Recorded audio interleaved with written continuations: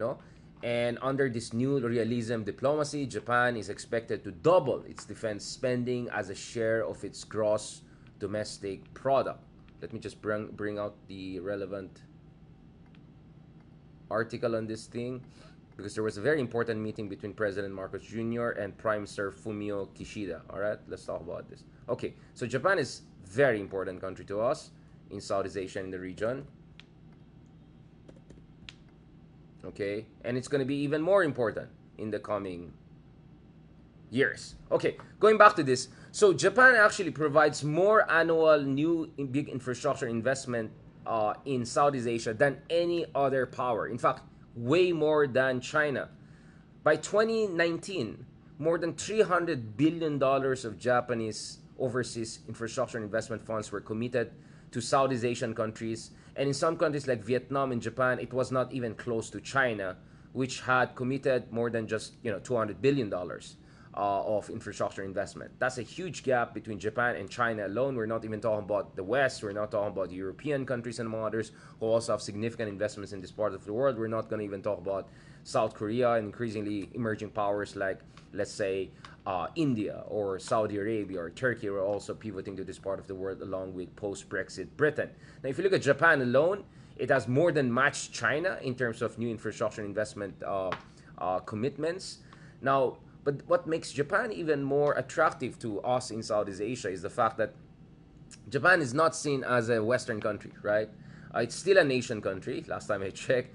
And the way Japan approaches yung relationship nila with countries in the region is also extremely subtle, no? So you never see Japanese leaders, whether it was Shinzo Abe, who visited Rodrigo Duterte in 2017, the first foreign leader, major foreign leader to visit the Philippines under the former controversial president. You don't see Fumio Kishida, you don't see Suga, you don't see Junichiro Koizumi, I can go on and on. You don't see Taro Aso, you don't see any of these guys openly criticizing any ASEAN country on human rights and the democracy issues. Now, obviously, that's sometimes very questionable, especially we're dealing with horrible situation, what's happening, in Myanmar, the coups that we saw in Thailand, among others. But at the same time, there is a value to that, right? You want still a major country, not named China, to maintain that kind of friendly relationship with whoever is in power in Southeast Asia to just create some sort of balance, right? The other thing, of course, with Japan is that it also doesn't force any ASEAN country to take its side when it comes to controversial geopolitical issues. So, for instance, you don't have Japan telling ASEAN countries to join yung mga anti-Russia sanctions, right? And sanctions on Russia are a very sensitive issue, especially for countries like Vietnam, dahil ang Vietnam po ay nagre-rely on Russia for their most advanced weapon systems. In fact, a lot of weapon systems in Vietnam are in Cyrillic. A lot of their top security people were trained in Moscow, in Russia. Some go back to all the way the Soviet Union era. And countries like Indonesia, for instance, and Malaysia have also tried to get high-level equipment, fighter jets, among others, if not submarines, from Russia. Even the Philippines under Duterte was considering choppers, if not submarines, also from Russia. Now, all of those deals have more or less evaporated because of the fear of Western sanctions or secondary Western sanctions under the so-called CAATSA. So Japan has joined sanctions against Russia, albeit reluctantly, but it's not a country that is like, pressuring other ASEAN countries to toe the American or Western line. You don't have that. You also have a situation whereby, many ASEAN countries, let's say Malaysia and Indonesia especially, they have their concerns with China. They have their concerns with China's maritime assertiveness. They have their concerns with China bullying in the region, and not to mention China treating horribly its own Uyghur ethnic Muslim minority. China doesn't really have a good record in terms of dealing minorities.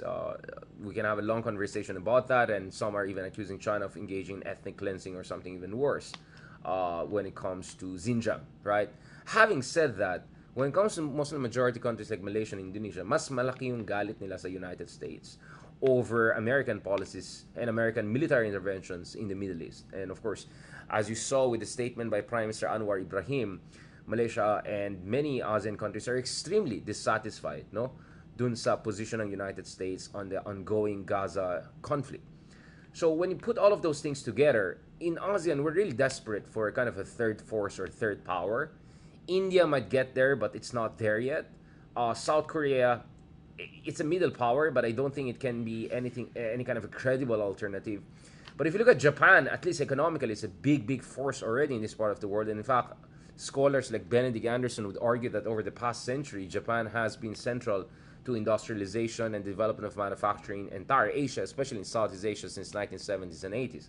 Now, having said all of those things, Japan is also increasingly becoming an important defense partner for Southeast Asian countries, especially yung mga may territorial or maritime disputes sa West Philippine Sea. So, just this year, Japan launched, in fact, this was during Prime Minister Kishida's visit to Manila. We covered that. I met a cabinet member, a senior cabinet member in Prime Minister Kishida's office. We discussed Japan's new official security assistance. So Japan is not only developing its own military capabilities, co-developing sixth-generation fighters with UK and Italy. It's not only developing its own new long-range missile systems. So the so-called Japanese self-defense forces are increasingly developing force projection capabilities, right? And more than that, ang Japan po ay tumutulong sa mga ASEAN countries and South Pacific countries to develop also their own maritime security capabilities, no? So the Philippines, Malaysia, they're all expected to get radar systems worth millions of dollars, more or less for free, because this is under the official security assistance program, the new OSA launched by Japan. But I would argue that as far as Japan's policy in ASEAN is concerned, if there's one country that's closest to Japan, at least in geopolitical terms, it's the Philippines. No? At pagdating sa Pilipinas, we're not only looking at official security assistance, we're not only looking at getting more multi-role and Coast Guard vessels from Japan. Let me tell you, guys, kung hindi dahil sa Japan, I doubt that the Philippine Coast Guard would have been as capable as it is today. I mean, we have an absolutely amazing Coast Guard. Some would argue that the Philippine Coast Guard now is the most developed, or the biggest right now in entire Southeast Asia. It's also the most feisty, fighting back and pushing back against China's bullying. And a big part of that is Japanese provision of multi-role, increasingly big vessels to the Philippines. And we're going to get even more of those. Now, we're buying these ones. They're not free. They're based on good loans and grants, but they're not free. But you see, the thing that really makes Philippine-Japan relationship special is that Japan is increasingly looking at also signing its own visiting forces agreement with the Philippines. Pag natuloy yan, then expect nyo na hindi lang magkakaroon ng mga balikatan exercises katulad ng meron tayo with America, hindi lang magkakaroon ng karat exercises, other exercises na meron tayo, let's say with Australia for instance, but you're gonna have specialized defense, bilateral military drills between Philippines and Japanese maritime self-defense forces bilaterally. And we already saw a glimpse of that last year when, for the first time since the end of Second World War, Japan deployed its Air Force, for overseas drills with the Philippine Air Force. Back in 2018, for the first time again in post-war history, Japan, under Prime Minister Shinzo Abe back then, also sent an armored unit vehicle, to the Balikan exercise. So you're gonna see more and more of that. And pagdating sa Pilipinas at Japan, of course, a lot of this has to do with not only in West Philippines disputes. Of course, Japan is very worried about what's happening in the West Philippines Sea, because what happens in West Philippines Sea will inevitably also impact not only Japan's trade linkages in the region, but also Japan's claims in East China Sea, Japan's situation in Okinawa. But inevitably, it has one thing or to do also with the situation in Taiwan. Because kung titignan niyo yung map, right, Taiwan is smack right in the middle of the Philippines and Japan, and the southernmost islands of Japan, or military bases of Japan to be even more specific, and the northernmost military bases of the Philippines, for instance in Mavulis, they're almost equidistant to the Taiwanese shores, right?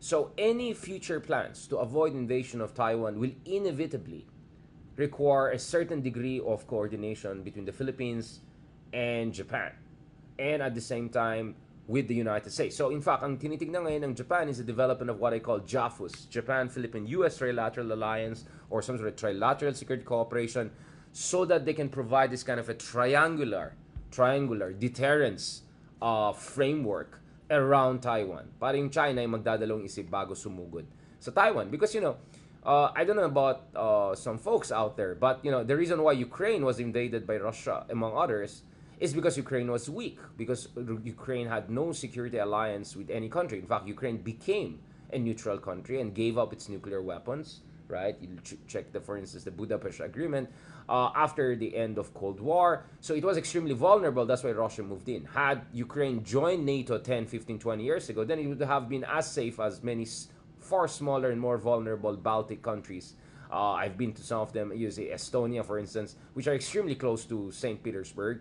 They could be invaded by Russia anytime. They're so small and vulnerable, but Russia is not going to dare to attack them at this anytime soon because they fall under NATO's collective security framework. Now, Ukraine had no security alliance, so there was a very weak deterrence to Putin. So once Putin went cuckoo, right, he just went for it. But even no matter how cuckoo Putin has turned throughout the pandemic period with all his isolation and paranoia and KGB, whatever, the reality is that, you know, even Putin would have most likely been deterred from a full invasion of Ukraine had Ukraine had anything close to what the Philippines or Japan have with the United States. Now, Taiwan, technically speaking, is no longer a U.S. treaty ally since the adoption of One China policy and the Carter administration's, full, essentially, normalization of ties with China, People's Republic of China, at the expense of Republic of China in the 70s. But the reality is that there's a de facto alliance between between the United States and Taiwan, and there's a real alliance with both Philippines and Japan, just to the north and south of Taiwan. So very important of Philippines to Japan. Now, my hope is, and this is what I've been pushing for, is that my hope is the Philippines is not just a military ally to Japan or an emerging military ally. I hope that the Philippines will also leverage this increasing geopolitical importance to get the most possible economic investments, high quality economic investments. I call it the Taiwan Plus One strategy.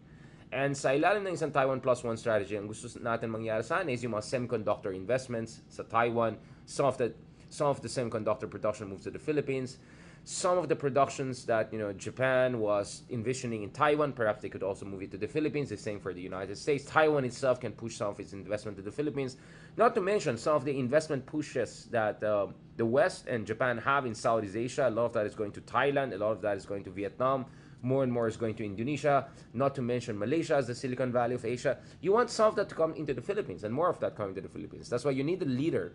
You need a president in the Philippines who can play, juggle both the geopolitical game and also the geo-economic game. So pag-usapan natin yan in the coming years. So the stakes are very high. We know that when Japan invests, they really create jobs for locals.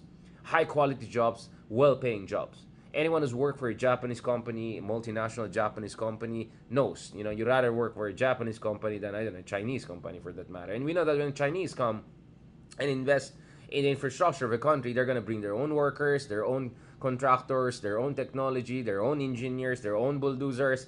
There's going to be very minimal participation by the host country, right? Even when they give so-called aid and all of that, sila rin na magbibuild yan. So they're actually just creating jobs for themselves, right? And they're giving experience and profile to their own national champions and infrastructure companies, right? That's not the case with Japan. When Japan builds highways and bridges, it doesn't bring its own workers and all of that. And more importantly also, there's always some element of technology cooperation and even technology transfer for that matter, no? So these are the things that are very important to keep in mind when you look at the Philippine-Japan relationship. This is a very, very important relationship that, we'll be continuing to look at for the coming days. And so don't worry about that, guys. Now, ito na. Let's move na bardagulan sa loob ng Pilipinas.